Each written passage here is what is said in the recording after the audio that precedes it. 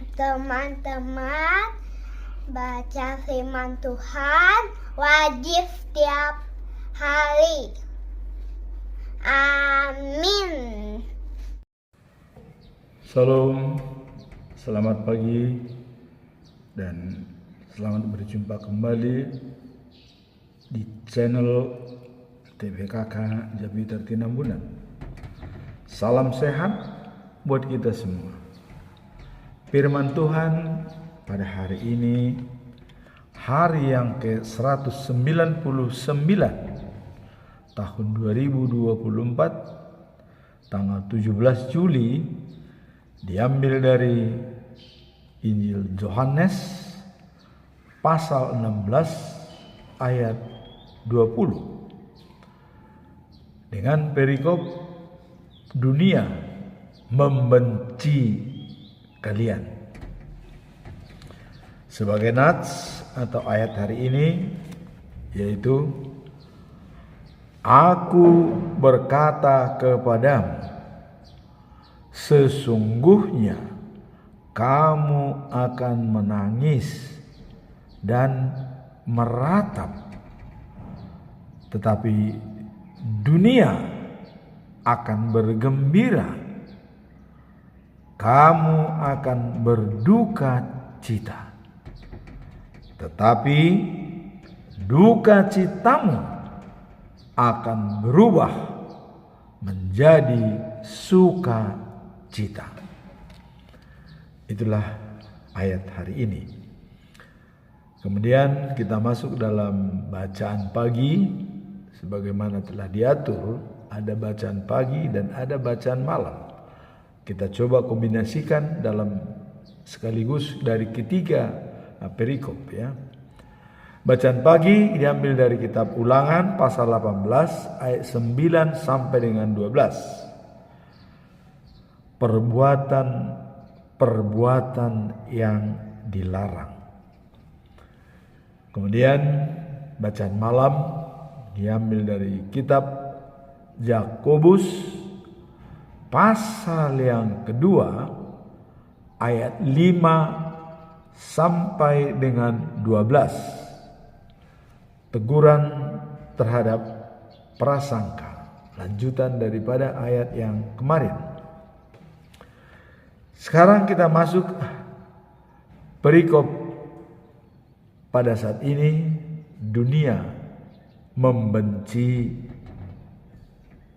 kalian.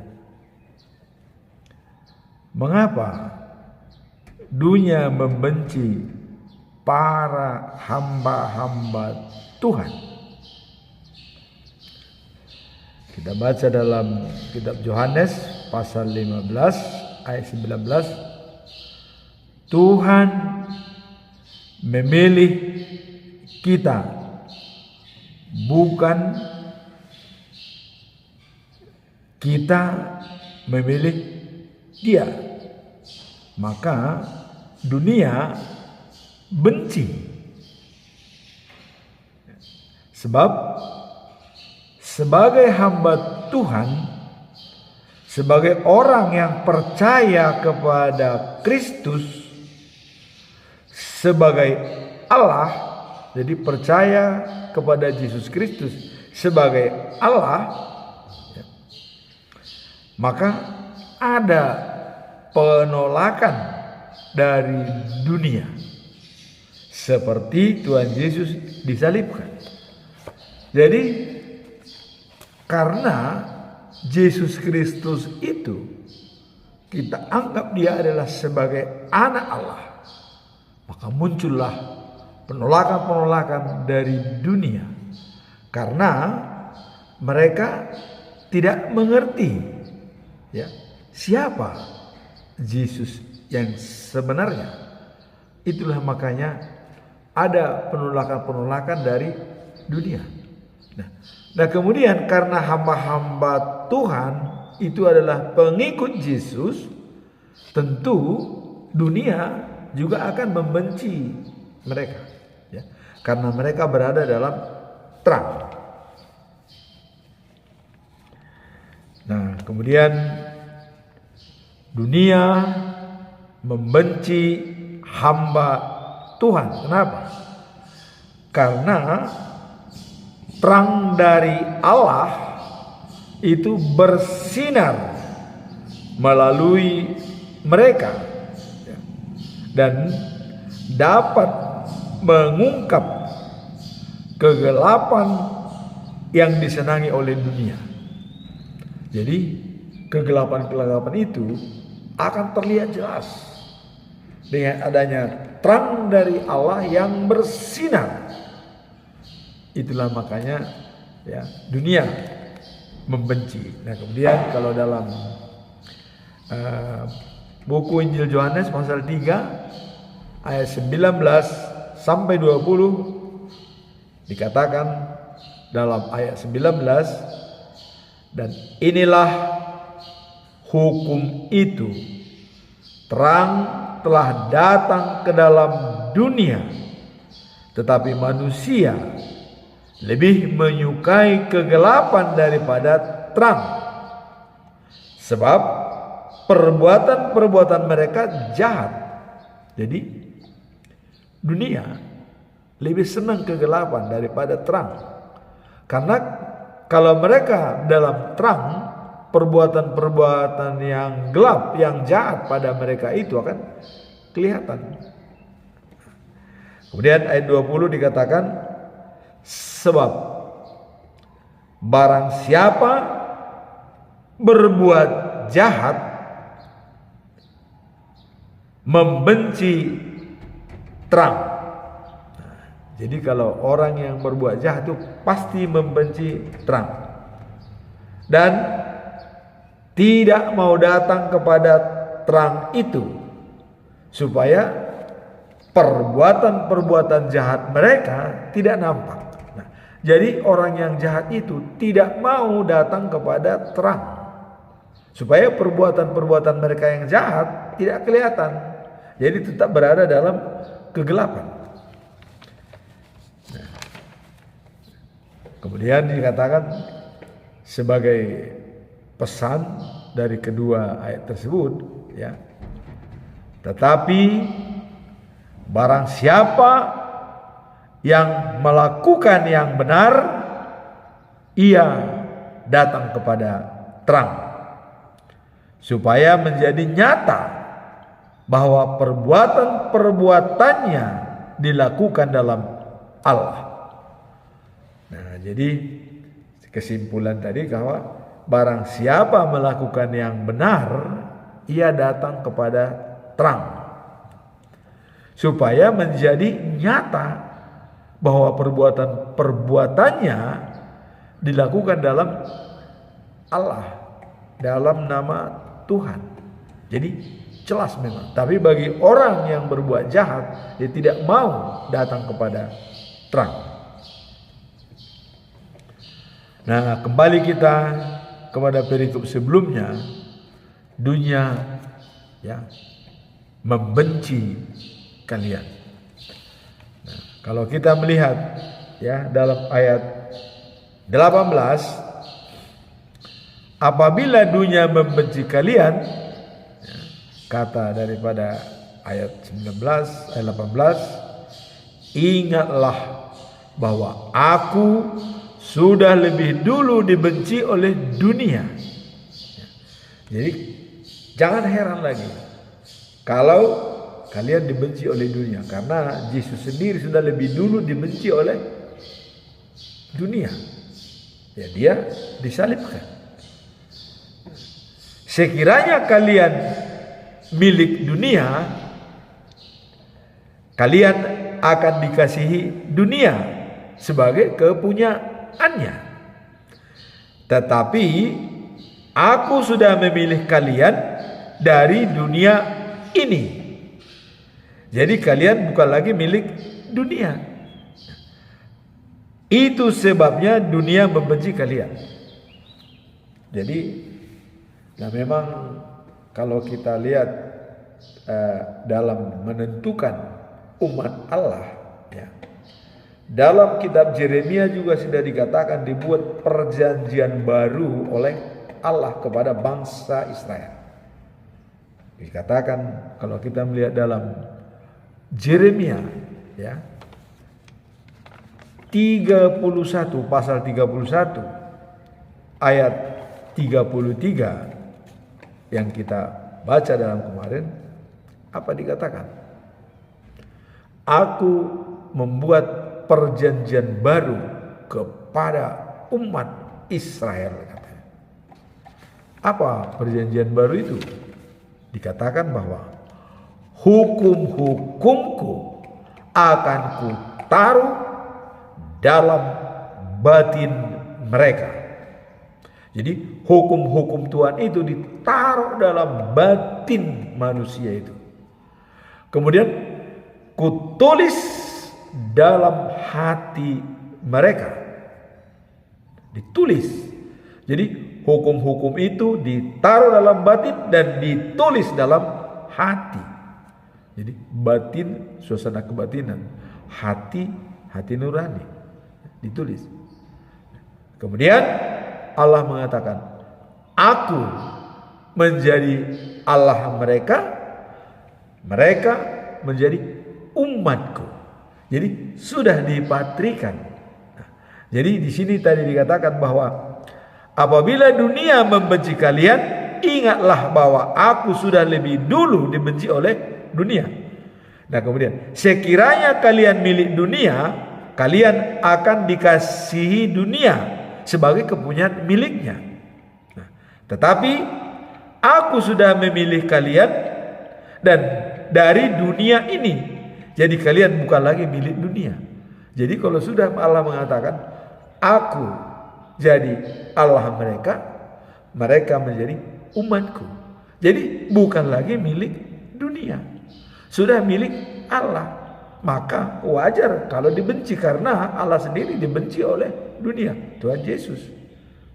Dibencinya Tuhan Yesus karena dia memang merupakan penjabaran daripada Allah ke bumi, ya, dengan kata-kata daripada Tuhan Yesus. Ya. Aku di dalam Bapa, Bapa di dalam aku. Jadi jelas, ya. Tuhan Yesus adalah merupakan Allah itu sendiri yang turun dari surga dalam bentuk manusia. Ini jelas, ya. Nah kemudian ingatlah apa yang sudah kukatakan kepadamu, ya. Jadi dalam ayat 19, ingatlah apa yang sudah kukatakan kepadamu. Hamba tidak lebih besar dari majikan atau tuannya. Kalau mereka sudah menganiaya aku, ya, juga menganiaya mereka. Jadi kalau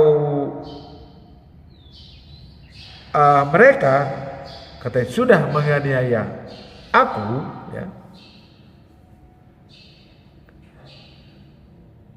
berarti mereka, kata Tuhan nih, akan menganiaya kalian juga. Jadi pasti sama tindakannya kepada aku dan kepada kalian. Tapi tidak lebih besar, ya. Katanya tadi dikatakan bahwa hamba, ya. Jadi hamba majikan.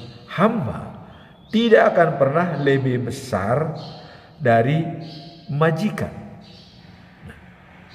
Sedangkan Tuhan, mereka sudah menganiaya aku, ya tentu kalian pun pasti akan mendapat perlakuan yang serupa. Karena hamba tidak lebih besar dari majikan. Kalau saya misalnya dia, ya kalian juga kena. Kira-kira begitu ininya, filosofinya. Nah kemudian dalam ayat 21, semuanya itu akan mereka lakukan terhadap kalian karena kalian pengikutku, sebab mereka tidak mengenal Dia yang mengutus aku. Ini kata Yesus, ya. Jadi mereka tidak mengenal yang mengutus Yesus. Ya. Nah, kemudian aku ya sudah memilih kalian. Nah, mereka tidak mengenal Dia yang mengutus aku.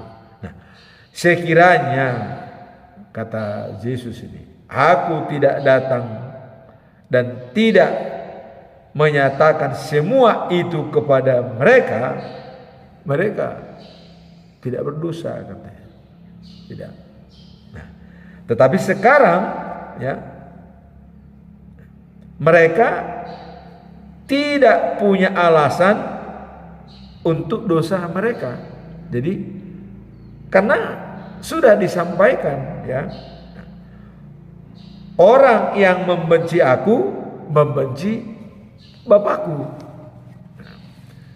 Dan sekiranya di tengah-tengah mereka aku tidak melakukan hal-hal yang belum pernah dilakukan orang lain, mereka tidak berdosa. Nah, tetapi sekarang mereka sudah melihat apa yang kulakukan dan mereka membenci aku maupun Bapakku. Nah, namun sudah seharusnya demikian supaya terjadilah apa yang tertulis dalam buku hukum mereka, yaitu mereka membenci aku tanpa alasan. Nah, akhirnya jadi kebencian itu hanya dibuat-buat. Tidak ada alasan mereka untuk membenci, karena ya, Tuhan datang ke bumi untuk menyelamatkan manusia, supaya barang siapa percaya kepadanya tidak binasa, tapi beroleh hidup yang kekal. Ya. Orang yang membenci aku tanpa alasan ya, lebih banyak daripada rambut di kepala. Nah, itu dalam kitab Mazmur ya, pasal 35 ya, ayat 19 dan pasal 69 ayat 4. Jadi ini sudah digambarkan, kata Yesus tadi, ini sudah tertulis dalam kitab-kitab hukum-hukummu dulu katanya. Jadi sudah sekitar ya mungkin ratusan tahun ya sebelum Masehi, ini sudah digambarkan oleh Mazmur ya, dalam kitab Mazmur pasal 35 ayat 19. Jangan membiarkan aku dipermalukan oleh orang yang memusuhi aku tanpa sebab. Jangan membiarkan aku disoraki oleh orang yang membenci aku tanpa alasan. Nah, kemudian dalam pasal 69 ayat 4, orang yang membenci aku tanpa alasan lebih banyak daripada rambut di kepalaku. Orang-orang kuat mau membinasakan aku. Mereka menyerang aku dengan fitnah. Aku dipaksa mengembalikan harta yang tidak kurampas. Jadi sudah membenci tanpa alasan. Artinya dibuat-buat ya, supaya orang ini memang dimusuhi oleh masyarakat banyak, oleh dunia. Ya, memang dalam Roma ya 12 ayat 2 dikatakan jangan serupa dengan dunia. Jadi dunia memang menginginkan seperti itu, tapi dikatakan jangan serupa dengan dunia, tapi berubahlah dengan budi pekertimu ya, yang sesuai dengan kehendak Allah, sehingga kau akan tahu mana yang baik dan yang tidak baik sesuai kehendak Allah. Itulah dikatakan sempurna. Nah, jadi kembali kita kepada nats hari ini, yaitu aku berkata kepadamu, sesungguhnya kamu akan menangis dan meratap, tetapi dunia akan bergembira. Kamu akan berduka cita, tetapi duka citamu akan berubah menjadi sukacita. Jadi semua kebencian dari orang, ya, semua yang ditimpahkan tanpa alasan untuk membenci kita, itu akan dirubah menjadi sukacita. Kenapa dirubah menjadi sukacita? Karena setiap orang yang tahan dan bisa mengendalikan, ya, diri dalam kebencian itu, dia menjadi pemenang. Sehingga dengan dia pemenang karena berada dalam terang dan tidak mau dipengaruhi oleh kegelapan, maka hidup sejati yang kekal menjadi miliknya. Itulah dikatakan tadi bahwa dari duka cita, dari tangisan kita, ratapan kita berubah menjadi sukacita, menjadi hidup yang kekal. Seperti yang sudah kita lihat sebagai role model atau contoh yang konkret adalah Yesus Kristus. Mati disalibkan, dibenci oleh dunia, tapi dia bangkit pada hari yang ketiga, naik ke surga dan duduk di sebelah kanan Allah Bapa. Dan itulah gambaran bagi orang yang percaya kepada Dia.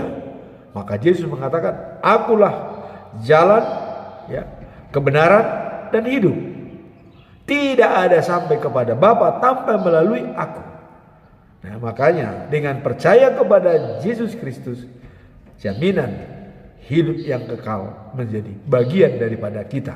Dan itulah yang dirubah dari tangisan, dari ratapan, dari duka cita menjadi sukacita, yaitu hidup yang kekal dan sejati. The news of Jerusalem, di Yerusalem yang baru. Nah, kemudian kita sekarang masuk dalam bacaan pagi, ya, yaitu diambil dari Ulangan pasal 18 ayat 9 sampai 12.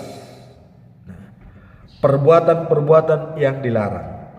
Mengapa ada istilah perbuatan-perbuatan yang dilarang? Tentu perlu kita sikapi dulu, ya, bahwa perbuatan-perbuatan yang dilarang dalam kitab suci, ya, merupakan panduan bagi umat untuk hidup yang sesuai dengan kehendak Tuhan dan menjauhi dosa. Itulah sebabnya, ya, maka ada barrier atau koridor bahwa perbuatan-perbuatan yang dilarang untuk, ya, membuat dan memberikan kepada kita sebagai panduan bagi umat yang sudah dipilih Allah tadi dalam Yeremia 31 ayat 33 itu, ya, supaya hidup sesuai dengan kehendak Tuhan dan tidak terbelenggu oleh dosa dan kegelapan dunia. Seperti apa larangan-larangan itu? Nah, itu sudah jelas. Yang terutama dikatakan adalah menyembah berhala, ya. Dalam kitab Ulangan pasal 20 ayat 15, menuruti, ya, jadi menyembah berhala itu jelas dikatakan dalam Ulangan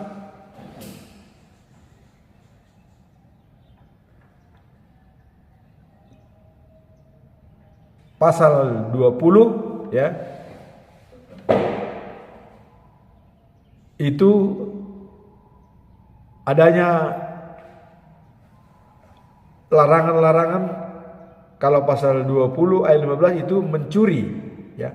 Nah, kalau di dalam pasal ayat 3 sampai 6 pasal 20 itu menyembah berhala. Jadi seperti hukum-hukum Tuhan. Akulah Tuhan Allahmu. Tidak boleh ada Allah lain selain daripada aku. Jangan buat bagi dirimu menyerupai patung, ya, di bumi, di bawah tanah yang kamu sembah.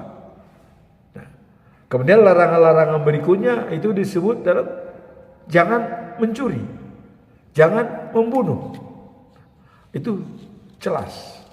Jadi mengapa ada istilah perbuatan-perbuatan yang dilarang tadi?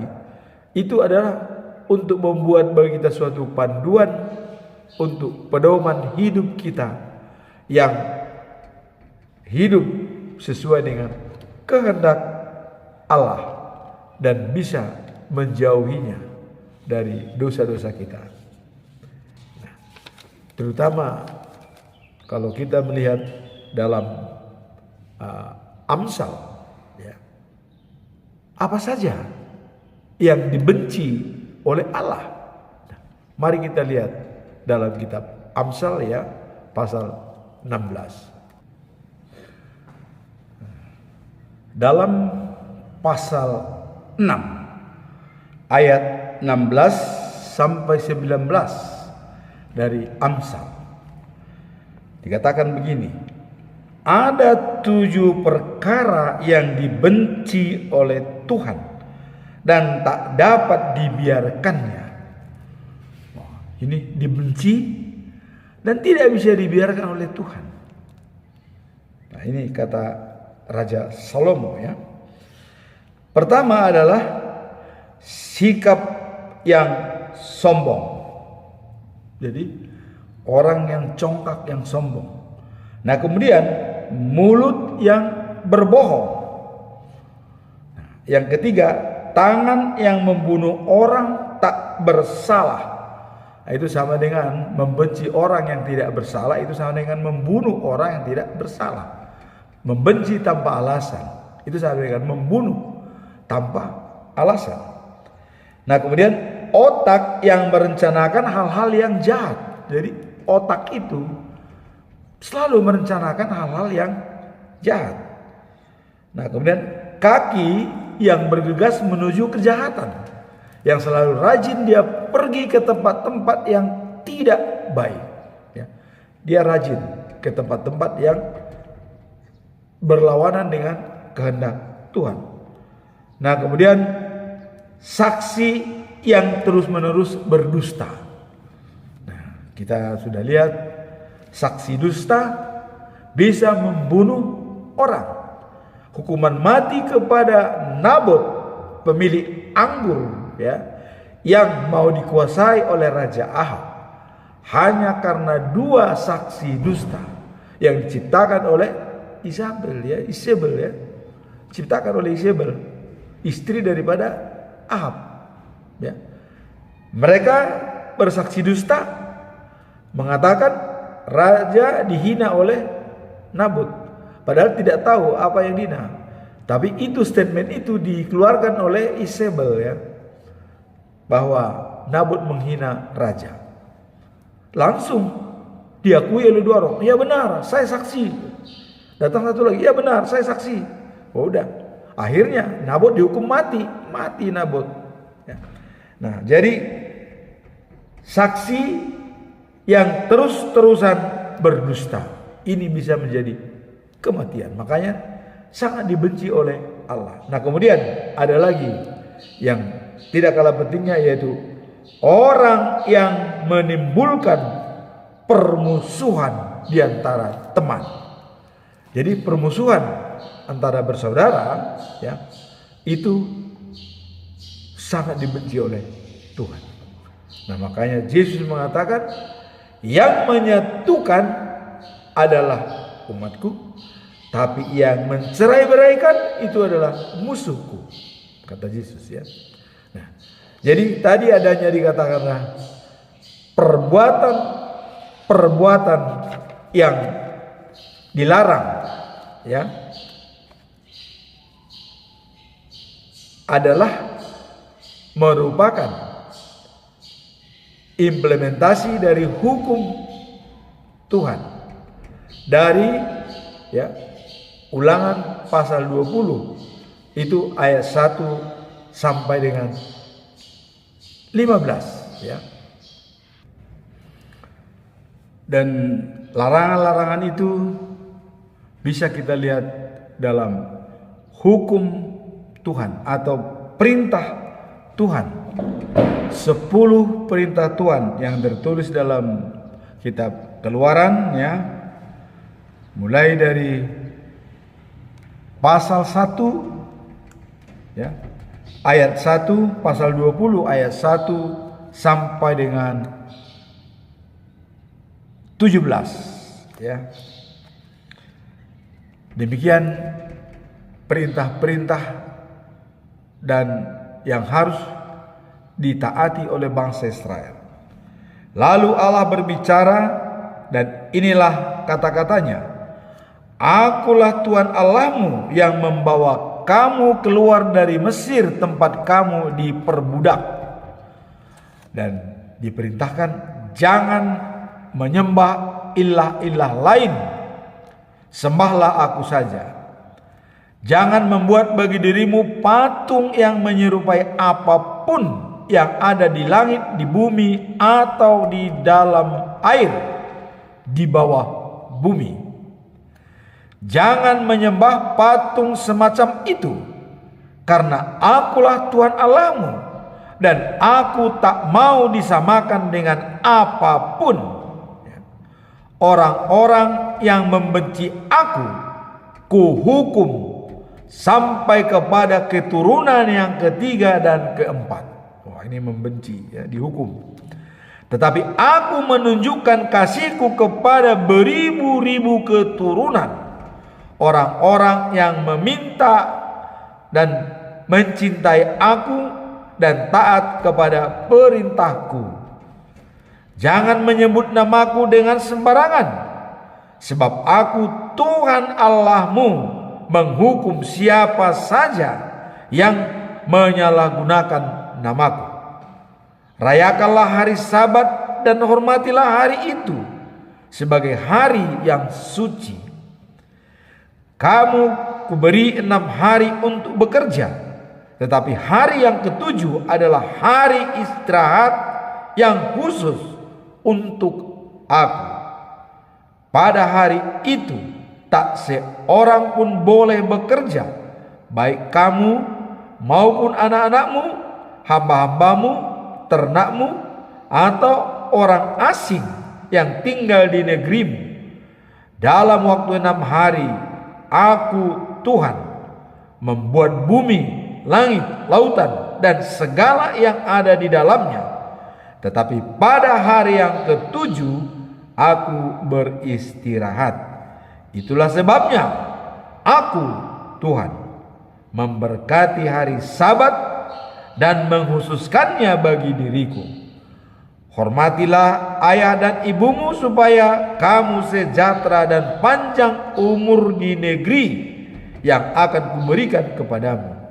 Jangan membunuh, jangan berzina, jangan mencuri, jangan memberi kesaksian palsu tentang orang lain, jangan menginginkan kepunyaan orang lain, rumahnya, istrinya, hamba-hambanya, ternaknya, keledainya, atau apapun yang dimilikinya. Itulah aturan yang diberikan oleh Tuhan dalam perintah-perintah atau yang dilarang oleh Tuhan dan tidak boleh dilakukan dan sangat dibenci oleh Tuhan.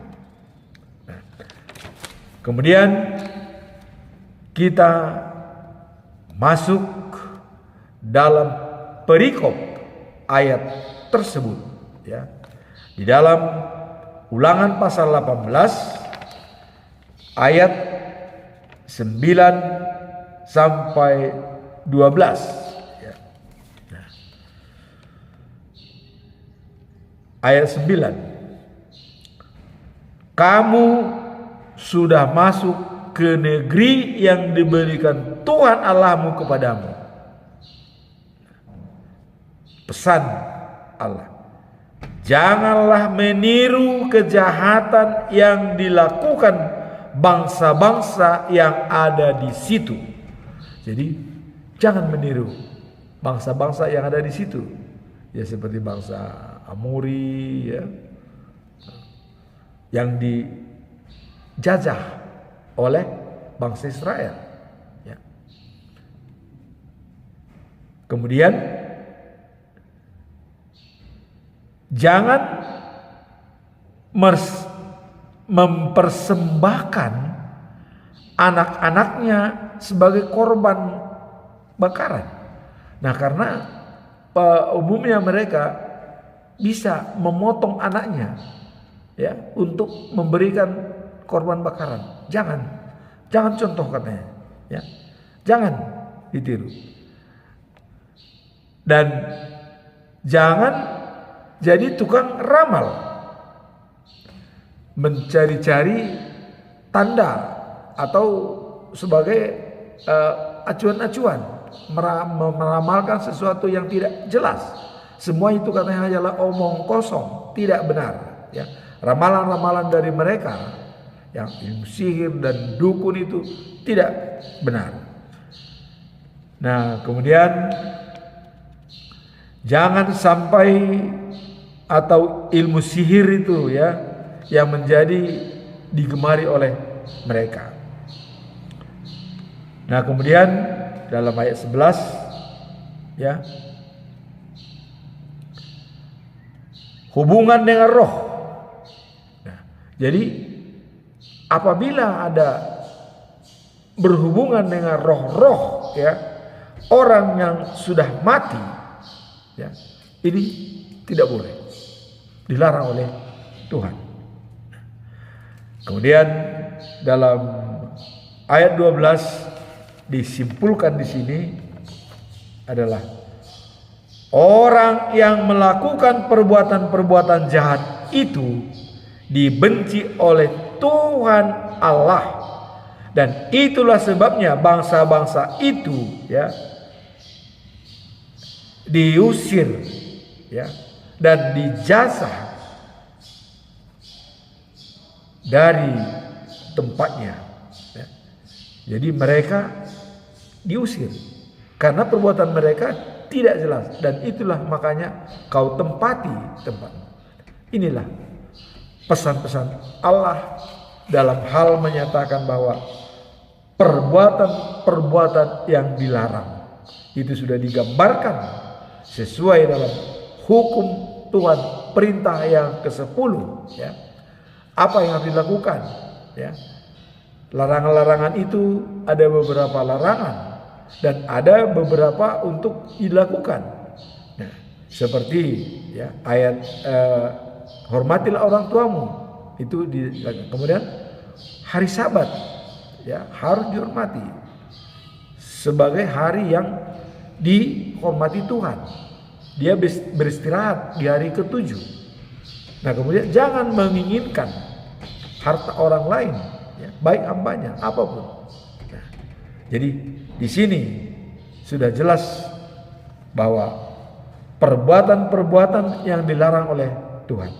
Jangan mencuri, jangan berzina, jangan menyebutkan saksi yang dusta kepada orang lain ya, atau menyatakan sesuatu kepada orang lain yang tidak benar ya. Nah, itulah dalam perbuatan-perbuatan yang dilarang oleh Tuhan. Kemudian kita masuk dalam bacaan malam ya. Diambil dari kitab Yakobus pasal yang kedua ayat 5 sampai 12. Nah, ini tetap teguran terhadap prasangka ya. Nah, berbicara dengan teguran prasangka dikaitkan dengan paradigma atau kerangka berpikir. Dalam ayat 5 ya, dikatakan, Pak, ingatlah saudara-saudara bahwa orang miskin di dunia ini dipilih oleh Allah untuk menjadi orang kaya dalam iman. Orang itu akan menjadi anggota umat Allah seperti yang dijanjikan Allah kepada orang yang mengasihinya. Nah, ini kembali kepada Yeremia pasal 31 ayat 33 ya.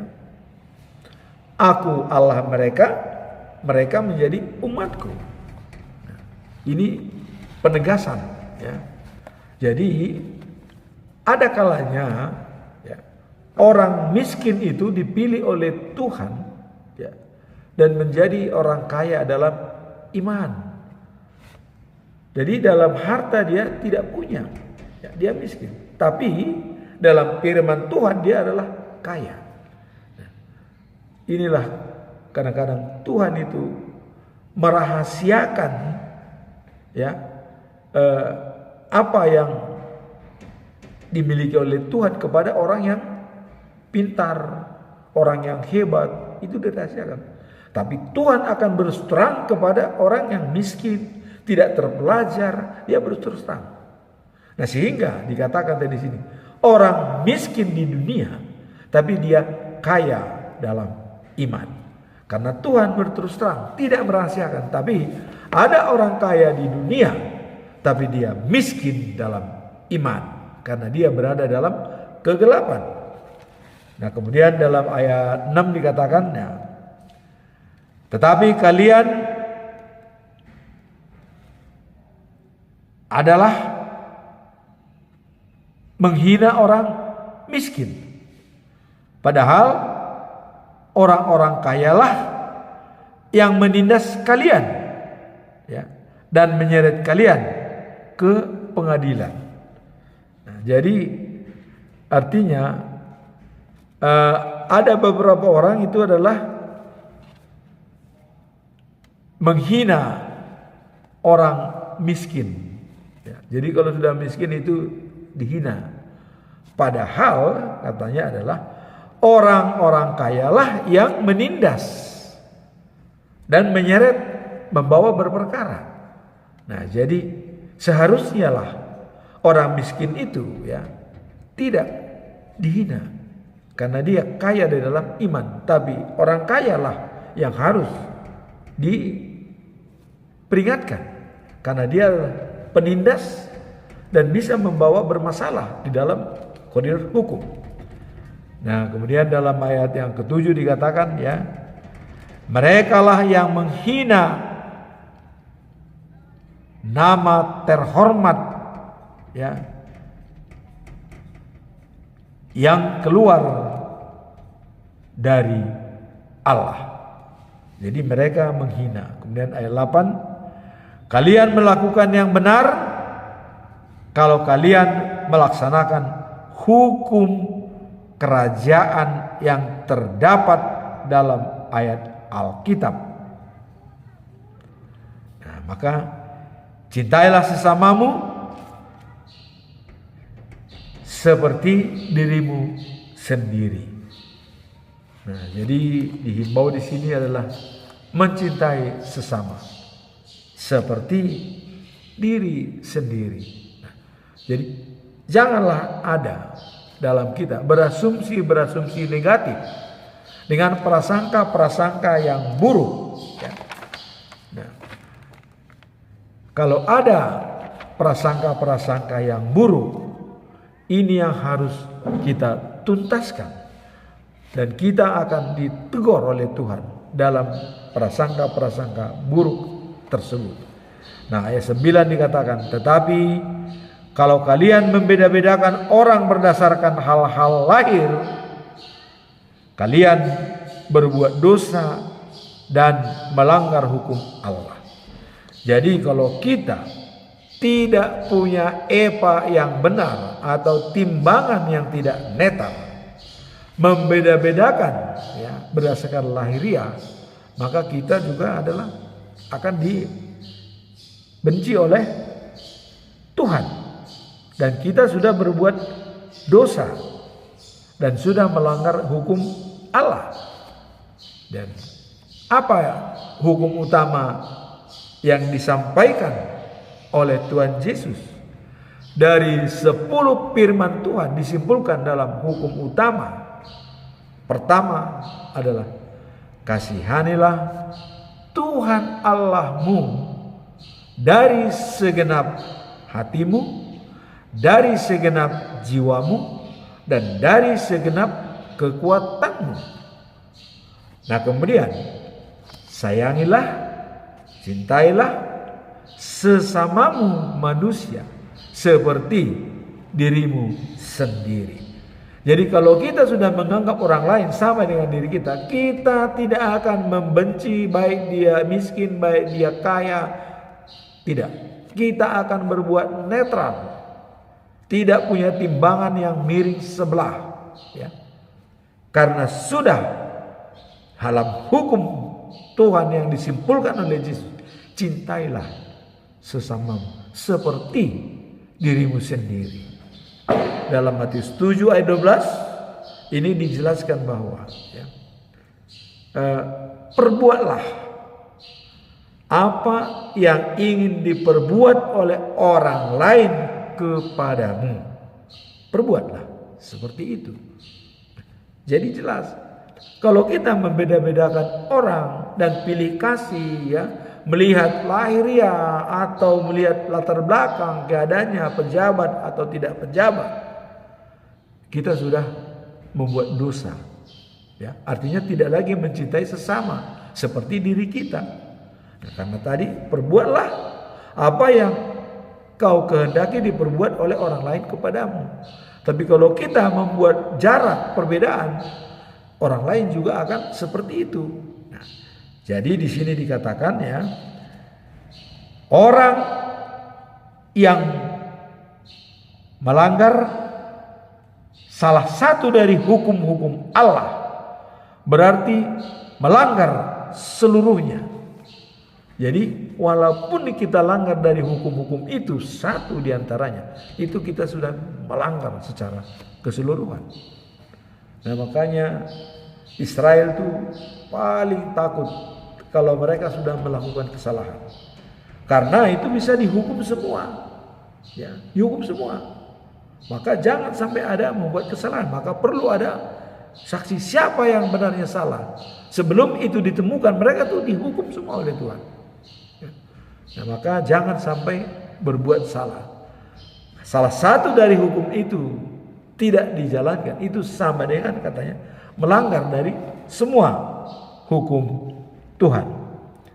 Nah, jadi seperti contoh ya, sebab yang berkata jangan berzina, dia juga katakan jangan membunuh. Nah, maka kalian adalah pelanggar hukum juga. Jadi dua diantaranya jangan menzinah ya. Dia juga mengatakan jangan membunuh. Nah, maka kalian adalah pelanggar hukum juga. Artinya hukum itu sudah jangan berzina, jangan membunuh, tapi salah satu diantaranya tidak dilakukan atau di larangan itu dilanggar, itu sama dengan melanggar semua hukum Tuhan berkaitan. Kira-kira begitu. Nah kemudian dalam ayat 12 dikatakan ya, berbicaralah dan bertindaklah sebagai seorang yang akan diadili menurut hukum Allah. Allah yang akan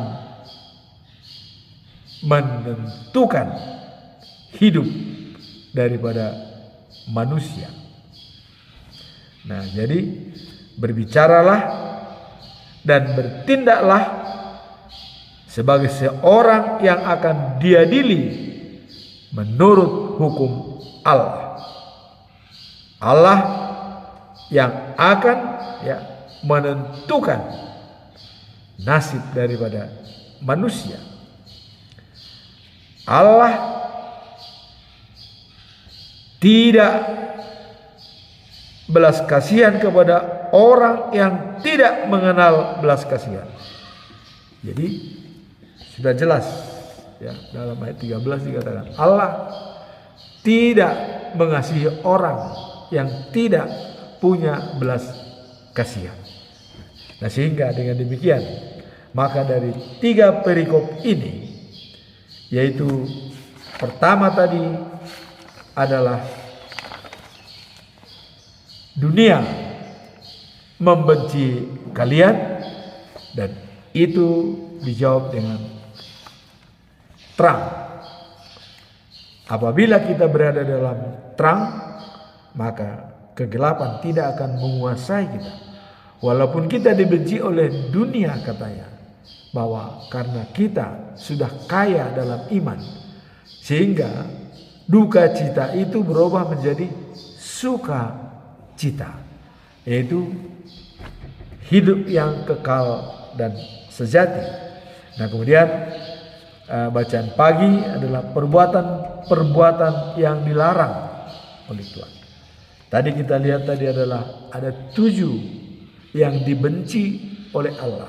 Nah, kemudian dalam Keluaran pasal 20 ya, ayat 1 sampai dengan 17 itu adalah di sana adalah 10 firman Tuhan. Ada larangan, ada himbauan, dan ada yang harus dijalankan. Seperti ya, firman 10 itu, firman yang keempat dan kelima itu adalah merupakan himbauan supaya dijalankan.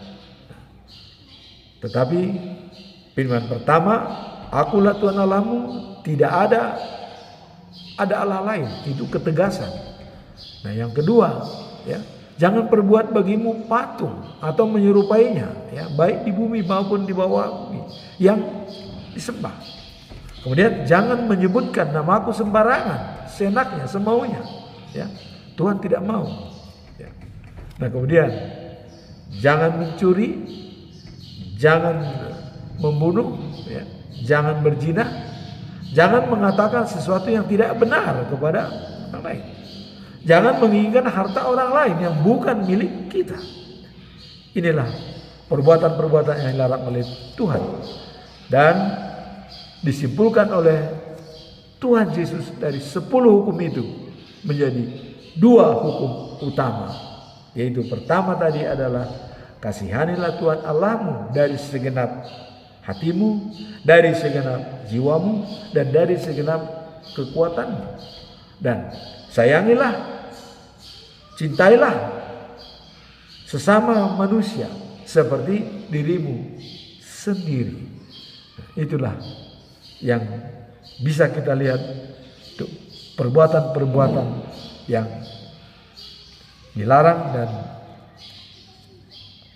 teguran terhadap prasangka, adanya asumsi kita kepada seseorang haruslah sama, timbangan kita harus netral. Nah, kemudian bacaan malam itu adalah perbuatan-perbuatan yang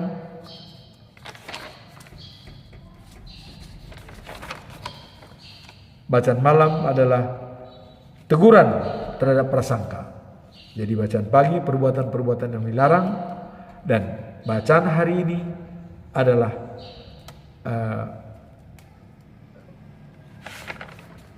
dibenci ya, dunia membenci kita, dan perbuatan-perbuatan yang dilarang, dan juga teguran kepada prasangka, asumsi-asumsi yang kurang menyehatkan.